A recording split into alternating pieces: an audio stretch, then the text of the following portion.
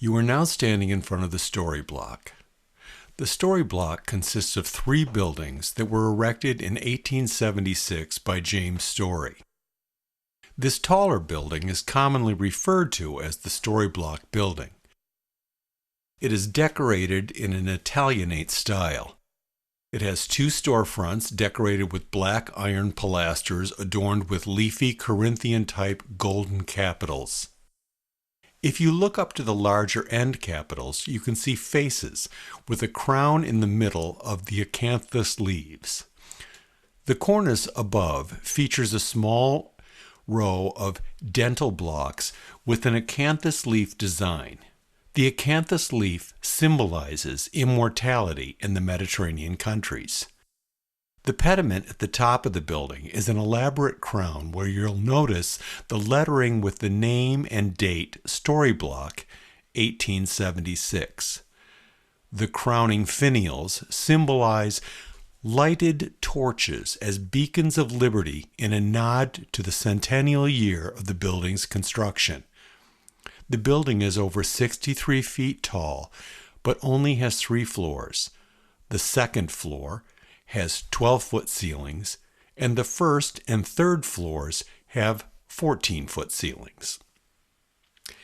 James Story was the son of Samuel Story and Eleanora Helm, who was born in 1820.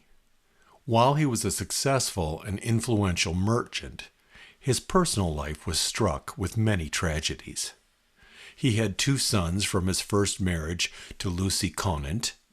His first son, Samuel, died 15 days after birth, and his second son, James, died when he was 3 months old. Only a month later, his wife Lucy died at the age of 36. James was only 31 years old at the time. He remarried Amelia Martha Duncan, with whom he had a son and 2 daughters. Both daughters died when they were toddlers, and his son Archie died at the age of 34. This drama was unfortunately shared by many families at the time, as the child mortality rate in 1850 was around 40%, compared to less than 1% today. In business, James Story had a long and prosperous life as a merchant of dried goods, groceries, boots, and hats. He was also the treasurer for the town and the Cuba Fair Association. Following the destruction of his original store by fire, he constructed the Story Block as a statement of his prominence in the community. The Story Block was completed in 1876. 1876 was also the year of the Henry Hendricks murder case, which strongly divided Cuba. Mr. Hendricks, who was in a seemingly happy marriage, was charged with the gruesome murder of his wife for the insurance money. James Story lived in the Story Block for 34 years. He had his residence on the 3rd floor, where he celebrated his 90th birthday in 1910 by throwing a grand party, which was documented in the Cuba Patriot, the local newspaper. He died in August that next year and was buried in the Cuba cemetery near his 2 wives and 5 children. James Story lived to the age of 91 years old, when the average life expectancy in the U.S. for a man was only 51 years. Over the years, the Story Block hosted many tenants and businesses.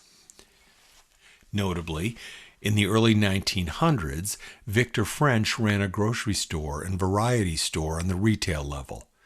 His grandson of the same name was an actor who played Isaiah Edwards in the popular TV series, The Little House on the Prairie. Incidentally, the Ingalls family portrayed in the TV series settled in Cuba in the 1800s, and Charles Ingalls, father of Laura Ingalls Wilder, the author of the books who inspired the series, was born on a farm in the north of Cuba. The post office came in 1915 and is still remembered by the elderly of Cuba.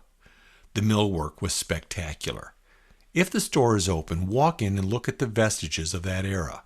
You can see the restored hexagonal tile floor on your left, the metal ceiling, and the 8 original milk glass pendants. If you look at the glass display case, you will find the items we discovered in a large safe on the second floor. These items belong to the Cuba Lodge number 691, International Order of the Odd Fellows. You will find below a video dedicated to the history of the Odd Fellows. The Odd Fellows had their offices on the second floor and a grand ballroom on the third floor. The Story Block was home to many businesses. Around 1910, the second floor was home to the Monarch billiard rooms. We found 2 old billiard tables and a storage rack on the east side of the second floor. More recently, the retail floor was home to a liquor store called the Story Block, now located on Genesee Street. It was also a pizza parlor and a hardware store. When we purchased the building in 2012, the building was vacant, but the left side had been a jewelry store, and on the right side was an intriguing bookstore, tattoo parlor. To find out more about the renovation process, go to the next video.